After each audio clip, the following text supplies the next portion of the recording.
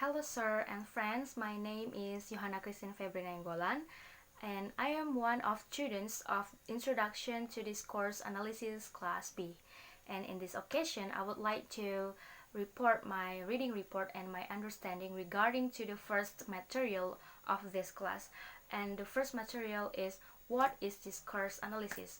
So discourse analysis examines patterns of language across texts. Discourse analysis also considers the relationship between language and the social and the cultural contexts in which it is used. In discourse analysis was firstly introduced by Zelig Harris in 1952. According to Harris, discourse analysis is a way of analyzing connected speech and writing. So there are two main interests of Harris. The first one is the examination of language beyond the sentences, and the second one is the relationship between linguistic and non-linguistic behavior. So the first one we get to the another part. The part is relationship between language and context. So the relationship between language and context means how people know situation and how people interpret what people are saying. For example, there is a sentence, the operation is complicated. If this sentence is said by a doctor, so the meaning of the sentence is the surgery that the doctor has done was really hard and took a lot of energy.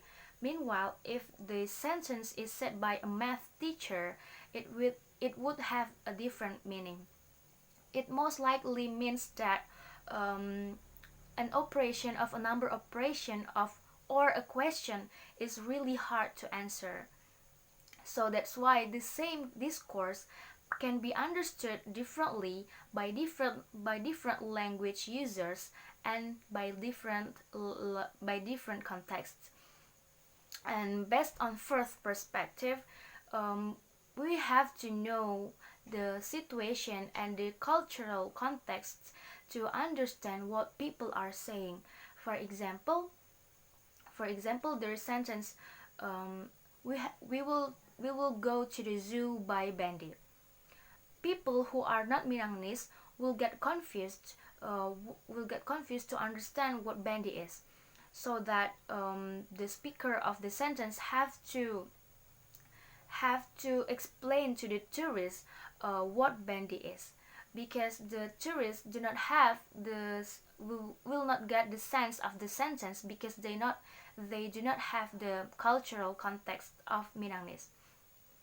So that cultural context is really matter in understanding what people are saying. And then the next part is the discourse of a text. Discourse analysis is also interested on how people organize what they are saying first and what they are saying next, and so on, in a conversation or in a piece of writing. For example, for Indonesian people, how are you in an email is a common thing. Meanwhile, this is not appropriate for English habit. We can say hello sir, we can say good morning sir in an email, but how are you is not appropriate in English habit, specifically or especially in academic purpose. And then the next part is cultural ways of speaking and writing. Uh, it it relate to there are differences among different culture, in ways of doing things through language. For example, there is different cultural habit in buying something in Japan and in English speaking country. In English speaking country, saying please and saying thanks to the cashier of a shop is a ritual or is a habitual.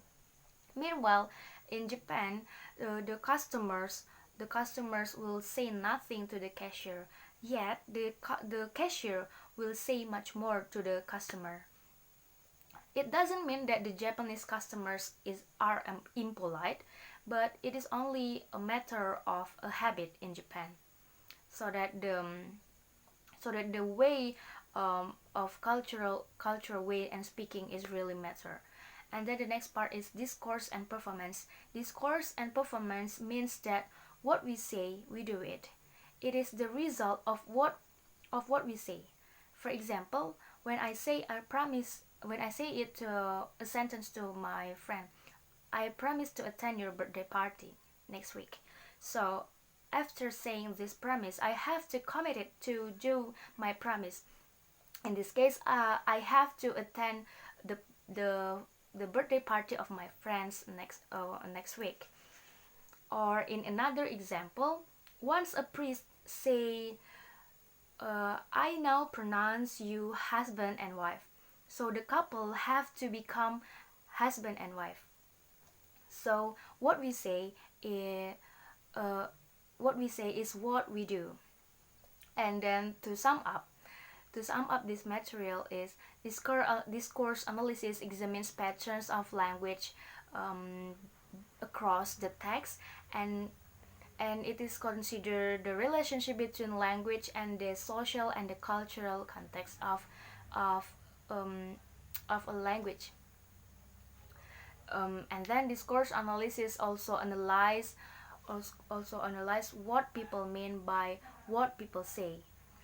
I think that's all my understanding regarding this first material about the definition of discourse analysis. Thank you so much for listening. See you next week.